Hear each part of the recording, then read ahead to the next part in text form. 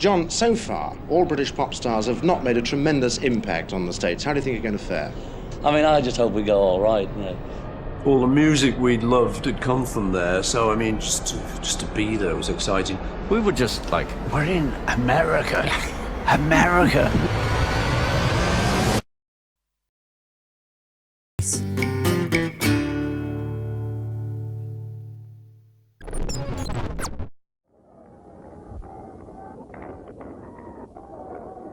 When the Beatles had touched down on American soil, they picked up exactly where they left off in Britain. That is to say, they continued their grueling touring regime. Just days after they landed, they were due to appear on the Ed Sullivan Show. Not even George's 104-degree fever would stop him performing. He had become so ill that the doctors at the Plaza Hotel had recommended hospitalisation. Instead, he was pumped full of medication and the performance went ahead. 2 days later, it was the Washington Coliseum. A day later, Carnegie Hall, and then the Miami Convention Center before heading back to New York for a second appearance on Ed Sullivan. With the success of their American visit, they took a flight back to England to begin recording for their next album.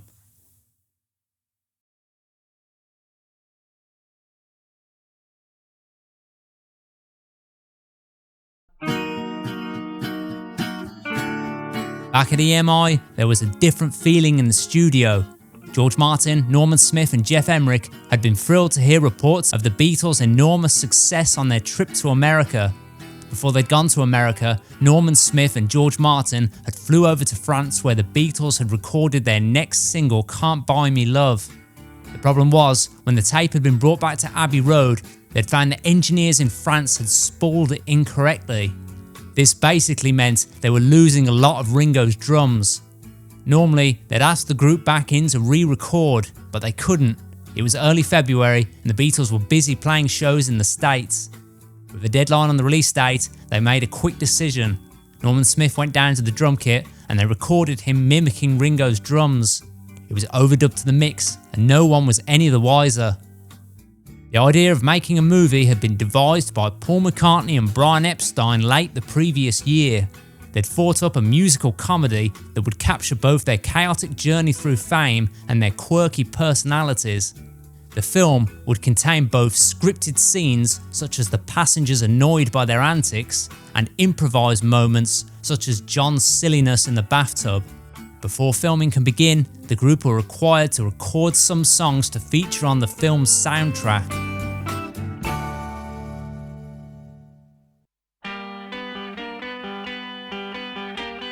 On February 25th, George Harrison's 21st birthday, recording begins. The first track they start with is John's first composition for the album, You Can't Do That. It was a semi-autobiographical song detailing John's jealousy. There was especially a sense of urgency with this one, as it was the B-side to Can't Buy Me Love. This track sees the first time George's 12-string Rickenbacker is used. The instrument would become a prominent part of their sound and would inspire Roger McGuinn's later sound with the Byrds. The solo for the song was written and performed by John instead of George.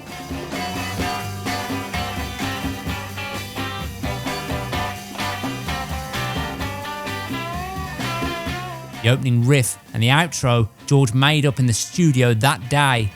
The song was wrapped up in quick time.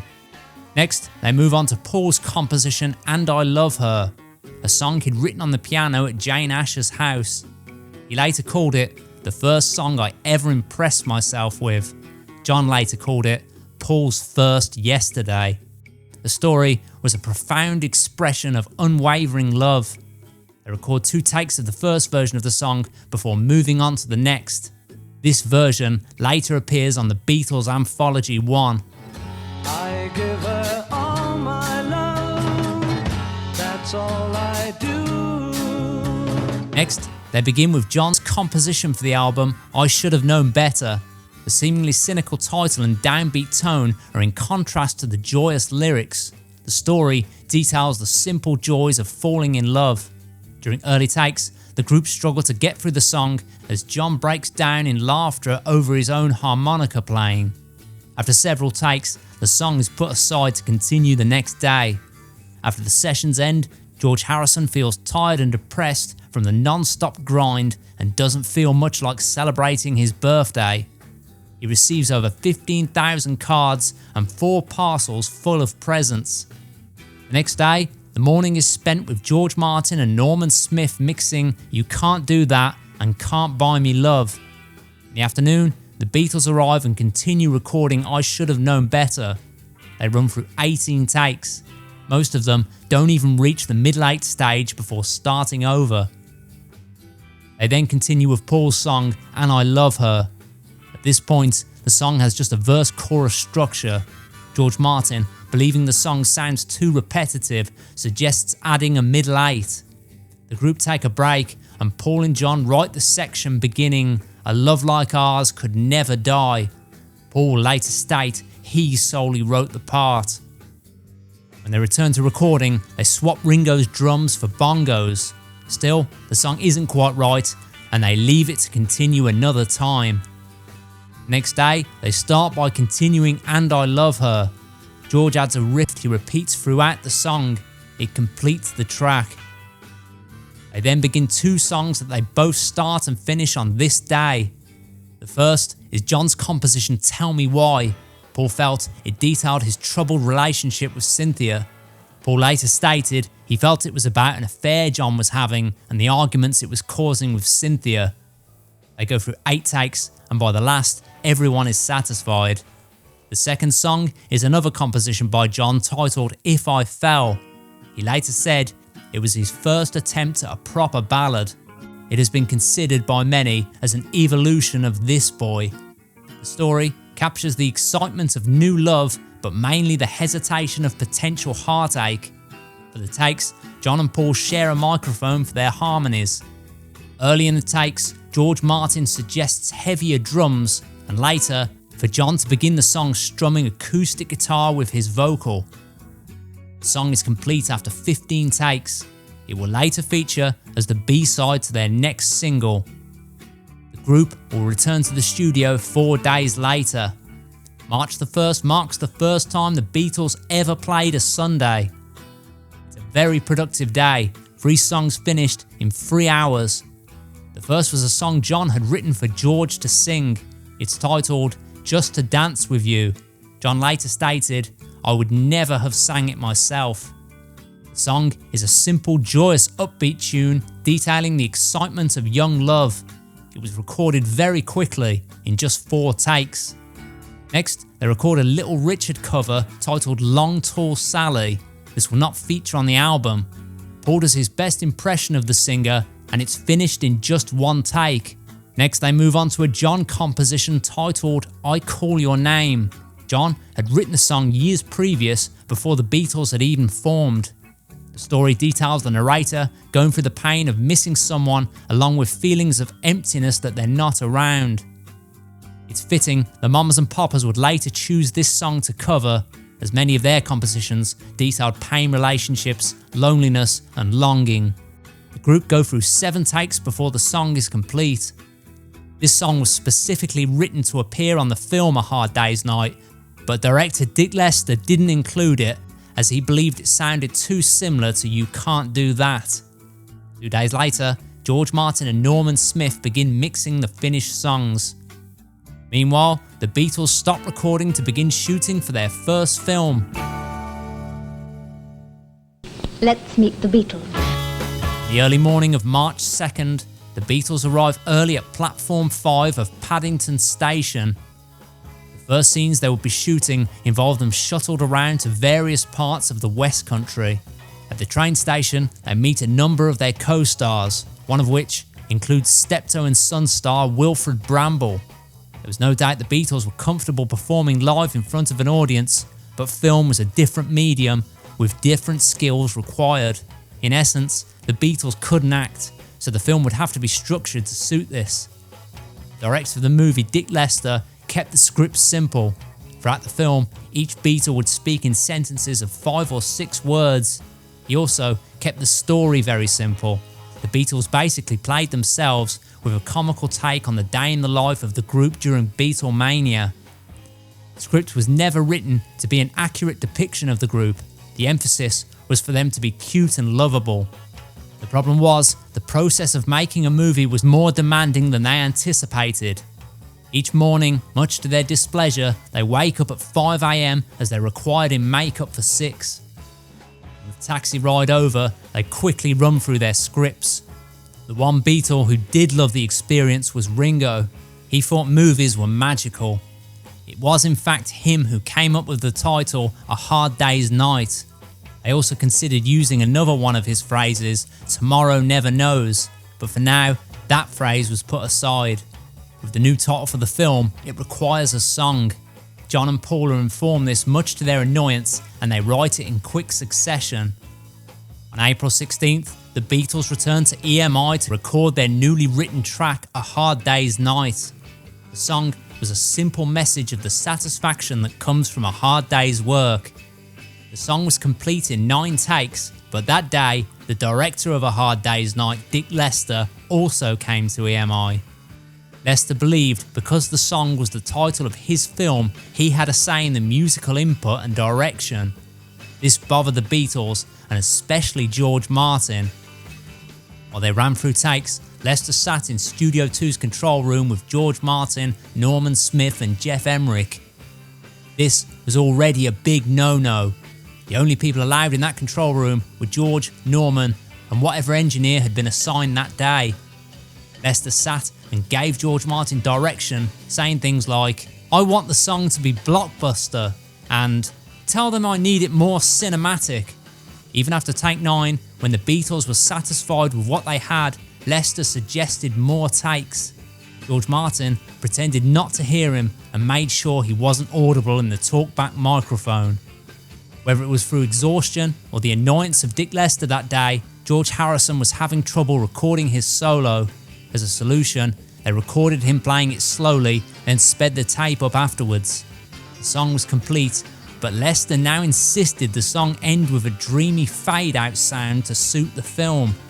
George Harrison rose to the occasion.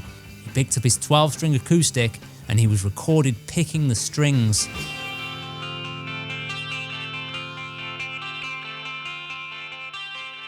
The Beatles then filmed the last scenes required while George Martin and Norman Smith mixed the song A Hard Day's Night. 22nd of May, the Beatles returned to EMI. On this day, they're called in by George Martin to add overdubs to You Can't Do That. The next recording session will take place June the 1st. The first song they begin on this day is a Carl Perkins cover that won't feature on the album, titled Matchbox. The track was given to Ringo to add vocals to. Next, they begin recording John's composition I'll Cry.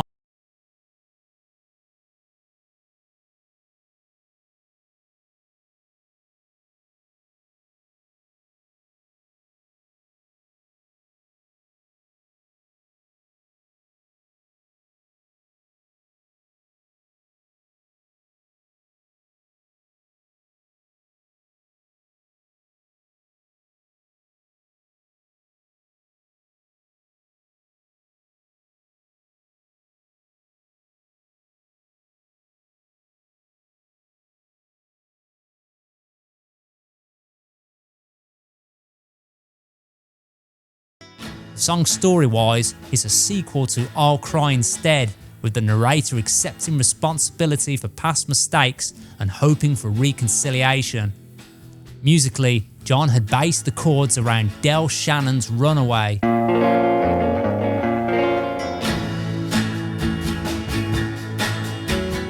First Beatles song not to feature a chorus. In the early takes, John complains the song is too difficult to sing. After 16 takes, the song is finished. It's regarded as a quality song. George Martin decides to use it on the end of the album. He has a technique of always using strong material for the opening and closing of an album. It was also deliberate, ending the album with a more darker tone. The final session the next day, they start with a John composition titled Any Time at All. It was a simple message of unconditional support. John later said it was an attempt at replicating It Won't Be Long. While recording the chorus, John struggles to hit the high note, so Paul accompanies him repeating the title track. After 7 takes, the song is complete. They then move on to a Paul composition titled Things We Said Today. Paul had wrote the song while he was on holiday in the Virgin Islands. He hadn't brought a guitar with him, but felt a need to put down ideas, so he bought a cheap acoustic from a local shop. The song documents his relationship with Jane Asher and his love for her despite their distance. The somewhat low tone of the song has been compared to Lennon's I'll Be Back. The song is finished in just 3 takes. Following that, the album finishes with John's composition When I Get Home. The story follows the narrator's anticipation and excitement to return to a loved one after being separated. With that, the album is complete. It is at this time Ringo is hospitalised due to tonsillitis. A worried Brian Epstein frantically calls George Martin to inform him. The problem is, the band are scheduled to set out on a world tour on June 4th, and it is way too late to cancel. Brian is in desperate need of someone reliable who can take Ringo's place. After deliberation, George Martin suggests Jimmy Nichols. In the past, Nichols had proven himself to be a solid drummer. The Beatles themselves didn't see Ringo's replacement as a simple business move. They argued with Brian Epstein for hours. Eventually, they folded and agreed to continue without him. When he was going over possible drummers, George Martin even considered contacting Pete Best. He discarded the idea when he thought Best might think they're accepting him back into the group. On June 3rd, the Beatles arrived at EMI with Jimmy Nichols to rehearse some songs. It was both a rehearsal and an audition to see if he was capable. Before they arrived, the press crowded the studio outside wanting to get a picture of the new Beatle. As they didn't know what he looked like, the Beatles decided to arrive separately without him. Nichols entered through the back of EMI and went completely unnoticed. While he's sick, Ringo falls into a depression, thinking the group don't care about him anymore and worries the fans will forget him. It will be just 13 days Nichols tours with the group.